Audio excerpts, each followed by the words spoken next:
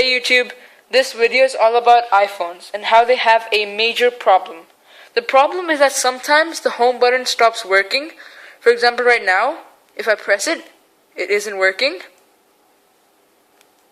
And so for this, I have come up with a solution. And the solution is weird, but it really works for me. And the solution is that you take the side with the label on and you hit that side on your palm pretty hard, 4 times, but not that hard. So you go 1, 2, 3, 4, and for me it starts working. So let's see if it does. See, it's working now.